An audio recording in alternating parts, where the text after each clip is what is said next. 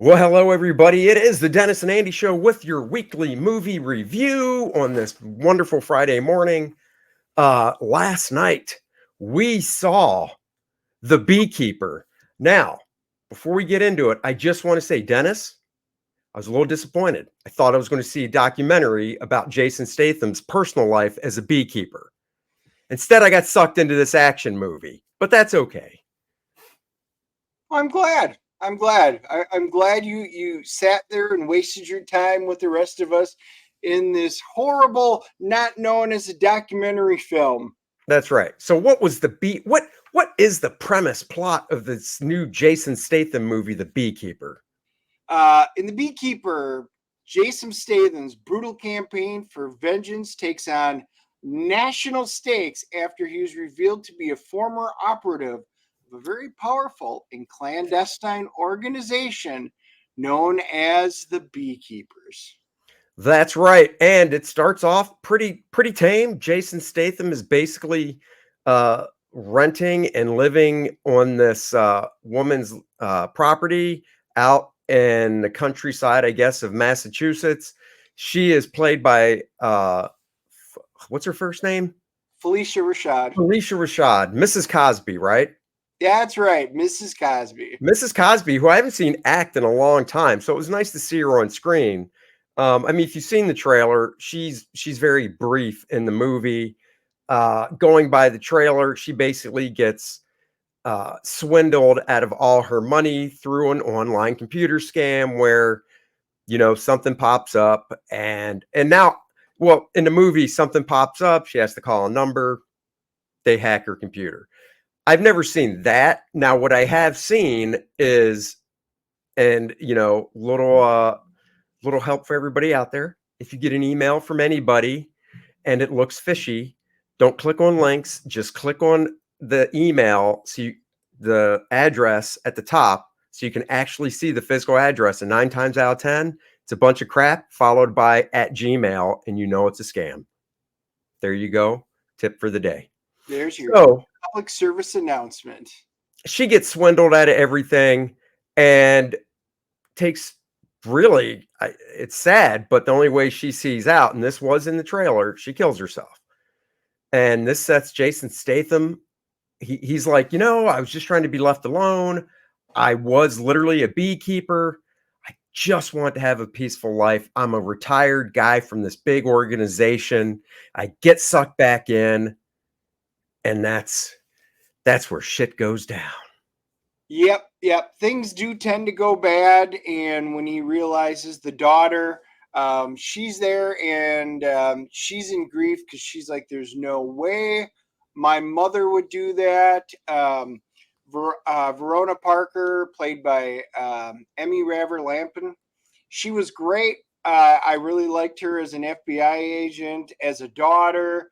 She seemed caring, and she had a purpose. She wanted to find the SOBs that forced her mom to do this because she was in disbelief, and she winds up accusing Jason Statham, whose name's Adam Clay, in the movie, and he gets cleared. He's a ghost, and she finds enough information to start leading him to the fact that it was pretty much like the trailer shows. It were these swindling guys, and caused her to take her own life because she didn't know how to do it. And Felicia Rashad, Eloise, she was the only person who ever really took care of Adam Clay. So he feels like it's revenge time, and this is what leads him down the path. It is awesome. There is so much action in this. We were both commenting it had very John Wick moments throughout this entire. Yeah, this was very reminiscent of a 1990s action film. Oh Uh, yeah. it had all the elements. If you like those kind of movies, you are going to love this. Um, all There the is actors in this I thought were great. I thought the story was fun and enjoyable. The action was over the top, like I said, like John Wick. it was very like you said, 90s. You know, Jason Statham played his role great. He's Jason Statham. I agree with everything Dennis said about the other actors. The bad guy, if you want to call him that in the movie, is the young actor from Hunger Games. And then last year, what's his name? I can never remember. Josh Hutcherson. Josh Hutcherson, who you wouldn't expect to be a bad guy, but he is. And you're like, well, wait a second. How can this guy that's in his late 20s be a bad? Like, where'd he get all this money to do this? Because he's behind all the phishing schemes to rip people off. Well, and we'll talk about more details in the spoilers, but let's just say he comes from a well-off family and he took over part of their company and decided to do this stuff without telling really anybody else. Jeremy Irons is in it. He plays, I guess you could say, babysitter for Josh Hutcherson, but he's actually, kind of a security guy, kind of oversees things, but he really is kind of like, hey, make sure the kid stays out of trouble, because mom's too busy to deal with it. He's a retired CIA chief, and Yeah. due to a favor to his mother, he took on the job after he left the CIA, to do this and basically keep her name in good graces. Right. And that includes her son, and he is a real POS. He is, So but he plays it very, very well. I'll give this guy credit acting wise. Hunger Games, last year he was in this movie that we reviewed that was, I believe, just on Prime, or it was just a streaming movie. It wasn't that great. That's why I don't remember it compared to most things I don't remember, but I know Dennis knows what I'm talking about because I saw it at his house. It was basically one where he pressed a button on his watch and time went back 60 seconds. yeah, Yeah. So that was forgettable, but it just shows, this kid knows how to act. Played a great douchebag. I mean, he was. You hated the kid. So obviously things do get resolved in the end, but we'll talk about more of that in the spoilers section. Let's get our rating out there so we can get to the fun part, the spoilers. Dennis, you go first. I thoroughly enjoyed this movie. It was probably better than what I was expecting. Um, I really wasn't sure when you saw the trailer. I was like, yeah, I got an idea what it's going to be. This was very John Wickish in some ways, which I love the John Wick series. The action, Jason was at the top of his game on this, and far better than the last Expendables movie or the last Meg movie. So I am giving this one an 8.0. I'm glad I saw it on the theater. It was great fun. It is one I would watch again. So it's worth the money to see it on the big screen. Um, the only part I disagree with is, well, I don't disagree, but one of my negatives, and the more I thought about it overnight, it really just depends on your personal taste.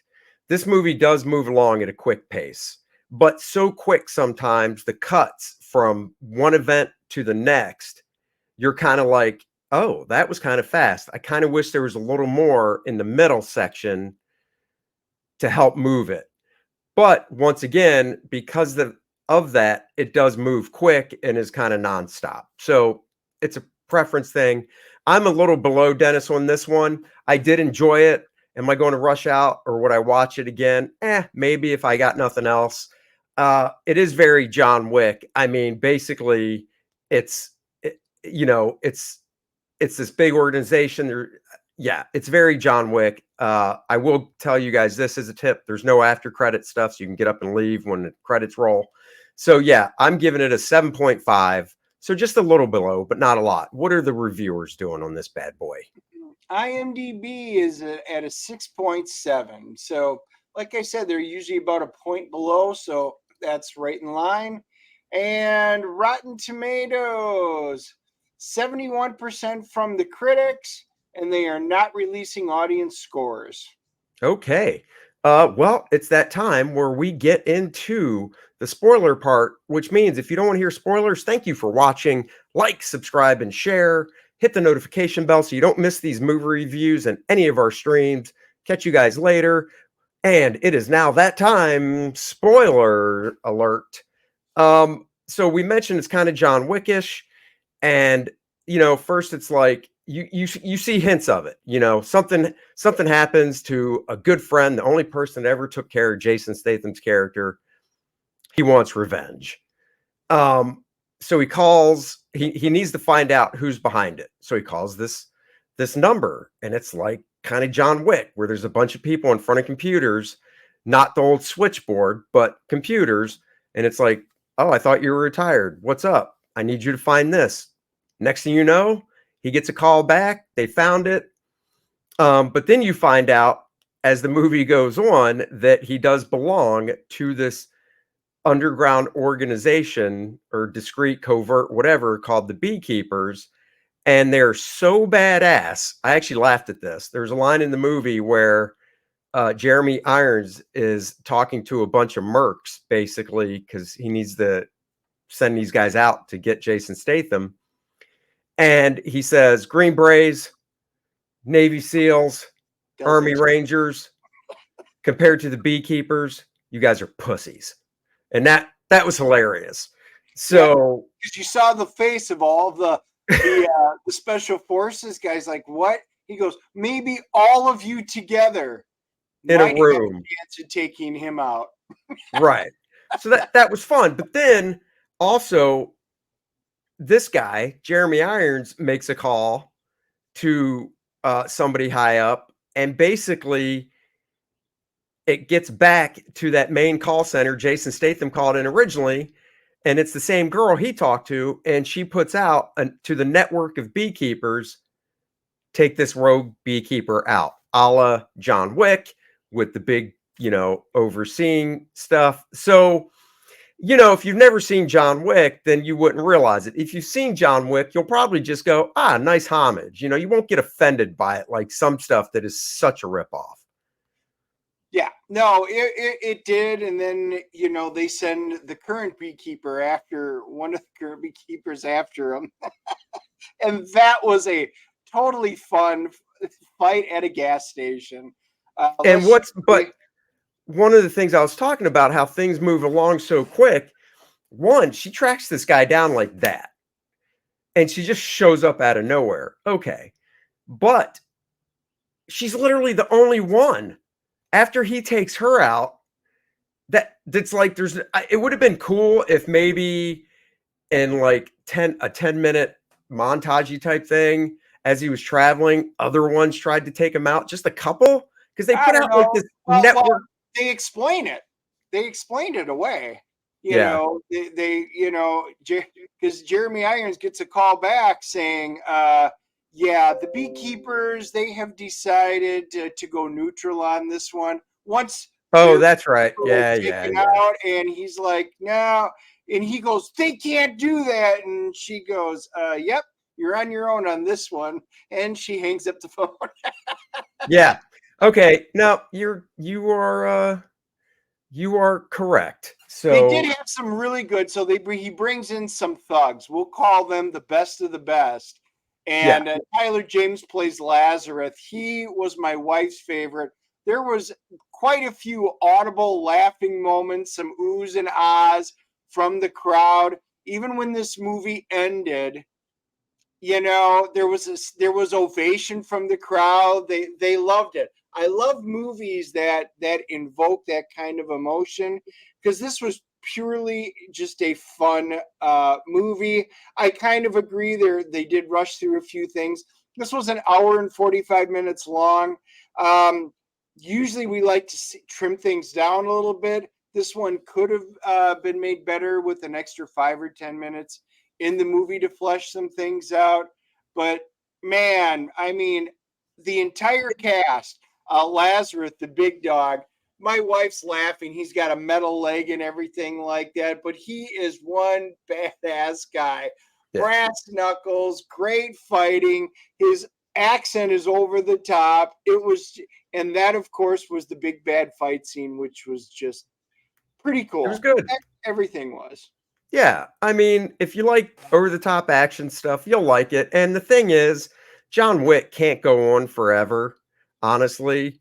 And if the Beekeeper does well, guaranteed there's going to be a sequel.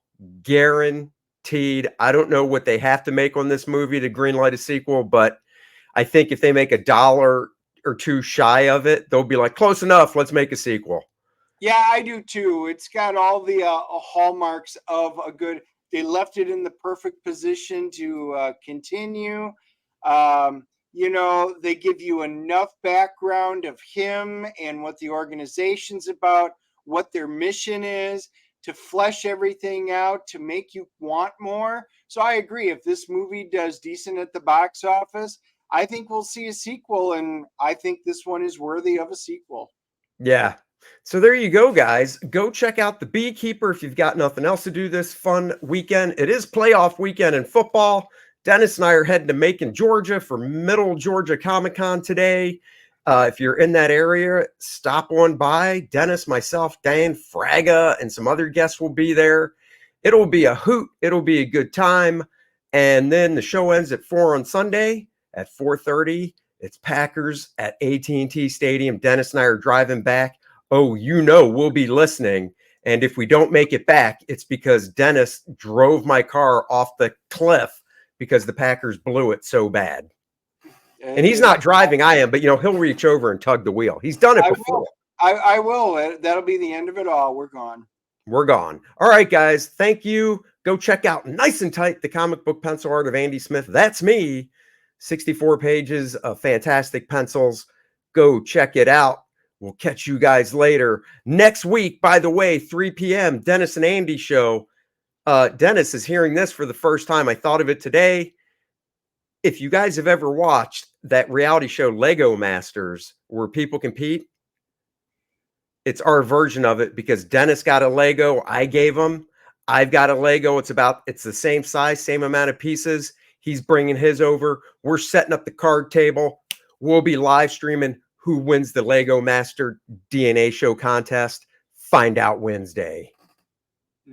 Okay. This will be fun. Your excitement is overwhelming.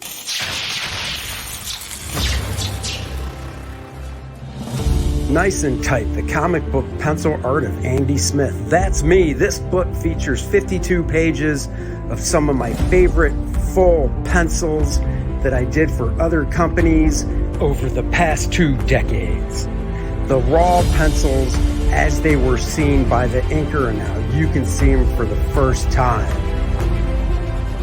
This book also comes in a digital format so you can practice your inking in your favorite program. Back